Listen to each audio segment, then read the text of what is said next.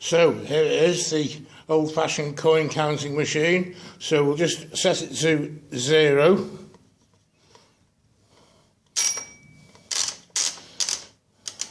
Like so.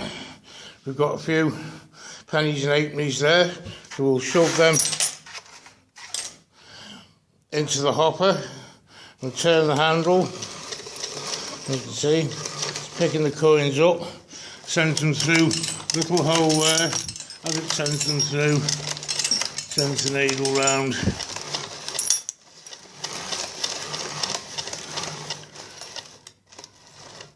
The coins through the back and into a bag on that chute there, which has just fell off.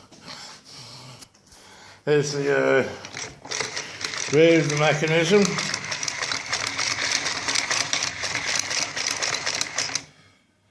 It's me. Oh wait. Yeah. So here we go, coming round again.